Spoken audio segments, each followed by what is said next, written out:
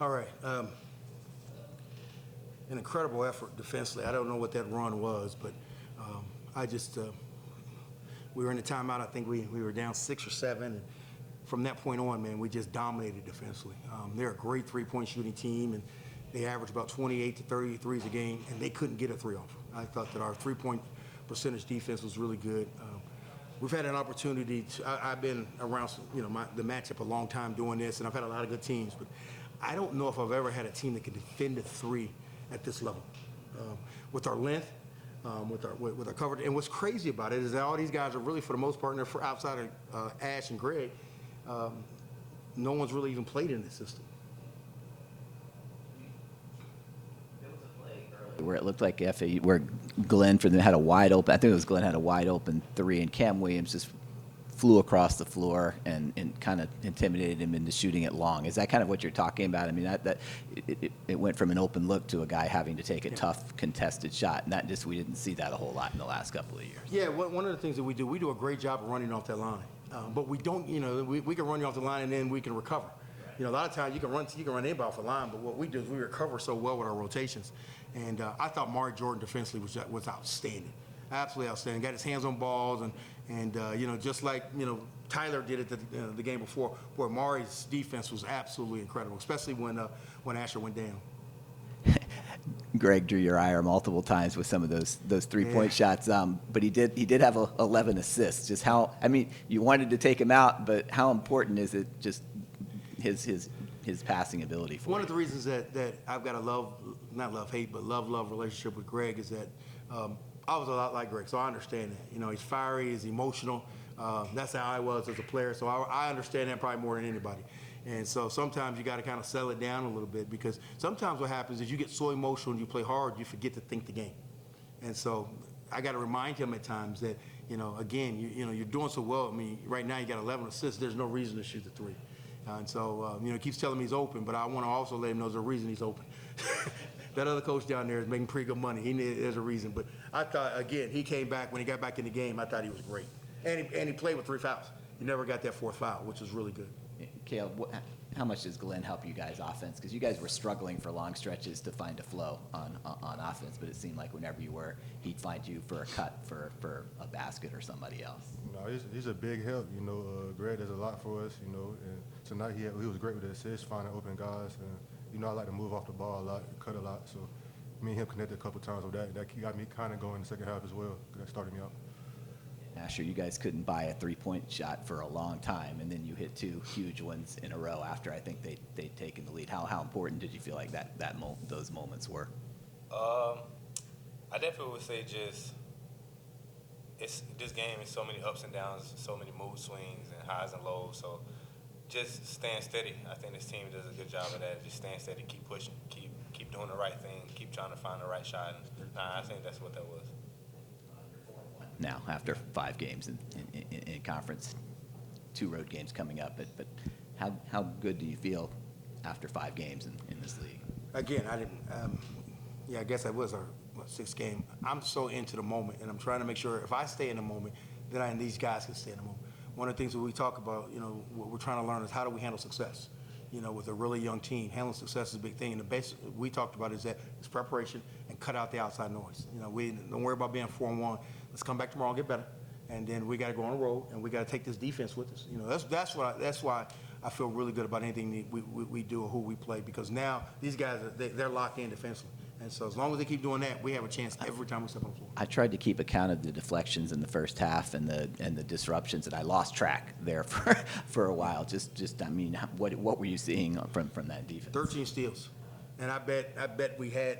I think they told me at halftime. I think we're at 22 deflections. We had 4 in one possession.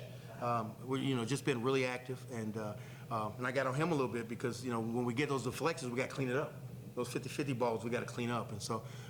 But we're getting better, man. I love. Our offense is starting to kind of.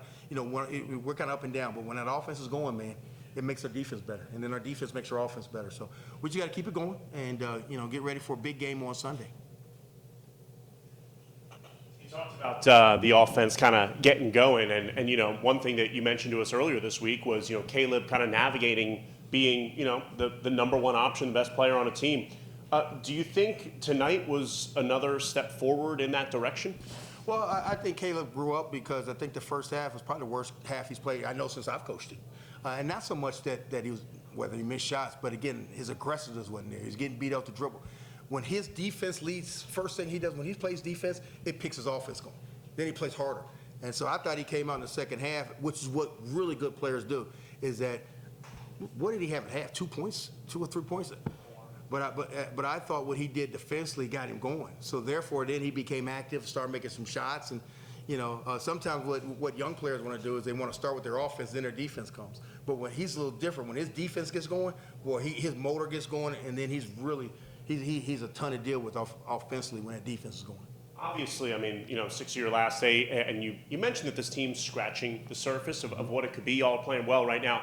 How much, as a coach, does it help you to have kind of a number one, option like that? Yeah, I don't look at it as the number one option because, again, I only, like I said, I think I may have ran 2 plays for the kid all year. We don't have that. We just have guys that play, and so, what I love is that it's a different guy. I mean, if the first half, we had some guys, the guys come off the bench really helped us. And then until we caught some time. So what he's learned a little bit is that, you just keep playing through it. Keep playing through it. But when as you're playing through it, be great defensively. I've got to tip in, go to the glass. You're a great rebounder. Go to the glass. He was able to get that. So he's learning how to be a great player. We're learning how to be a good team. Asher's learning how to, with his leadership, everybody has a role in that. It's not just, Kaleb because he's leading the scoring. It's some of the other things. I thought, again, his second half defense was really good. And Kaleb, obviously you're able to pick it up in that second half and help your team get it done tonight. How has this been for you? Navigating your way to being a leading scorer of a team compared to the other situation that you had at Indiana. It's definitely 2 different situations, but I try to stay in the moment, and I don't always look at being a leading scorer because I know it's not always about that. It's about winning, stuff like that. So I just keep winning in my head, and the points just come with it. What was the key in the second half tonight? Just like what Coach said, my defense got better in the second half, and my offense got going. I got into more of the rhythm. I wasn't forcing as much. I usually let the game come to me, but I try to come get the game early in the first half. So the game came to me now, and things just turned out good in my way. And Asher, what have you kind of seen from this team, winning 6 of its last 8? What has been the main thing that you've noticed about this team gelling? I think just the preparation, man, has been huge in the days leading up to the games. I think we've done a really, really good job of being intense and focused in practice. And like Coach said, it's just not just me or Kaleb. I think everybody on this team has done a good job of just maturing at the right time and growing up. And we've had these moments, and you just we do a good job of giving thanks on this team. And I think now is like give God the glory. Just like we're thankful for that, to be able to play this game at a high level and to mesh at the right time. It's huge. This is the best I've ever seen you look, brother. I've never seen you look so beautiful. You're a beautiful man right now. Look at that, man. Ron, obviously, the USF game was close. This one, you all pulled away late, but, things got a little hectic early in that second half. Is there any way that you kind of decompress after close games like this? What's kind of, the post-game and decompress routine for you? I definitely don't decompress out there. So that's, everybody probably knows that. But, but I'll go home, watch the tape, and just watch the tape. I used to go home and have a cocktail, but I'm fasting. I haven't had a cocktail since September 11th. I told these guys that I was giving something up this year. And everybody on the team had to give up one thing, and I decided to give up on September 11th, no alcohol and no fried food until after the NCAA tournament. And so that is absolutely killing me right now. It's something that's really hard, and they keep me locked in on it. So I'm going to go home and get a glass of lemonade and pretend it's something stronger so I can decompress a little bit. So that's exactly what I'm going to do. But we're going to get ready. Thanks, guys. Appreciate everything. Anybody need anything else? I have one question for Asher. No worries. Asher, you've been making a huge offensive impact on this team. 4 out of 5 conference games, like you're in double figures. You're coming out in the second half and draining those threes, and you've just really been stepping up as a leader. What kind of helps you stay mentally locked in during high pressure situations like that? Just the faith. I think just giving God the glory and having gratitude and being here is a blessing. Like before the game, I think Coach told us, like, not everybody gets to do this. like this is not everyone's life. There are a lot of things going on in the outside world. So just being grounded in my faith, and then it's not only me. It's like I'm around a good group of guys that are they're funny. We laugh. We have a good time. So it's easy to stay up mentally in this game. Thank you so much. Okay, no problem. I'll take it. Yeah.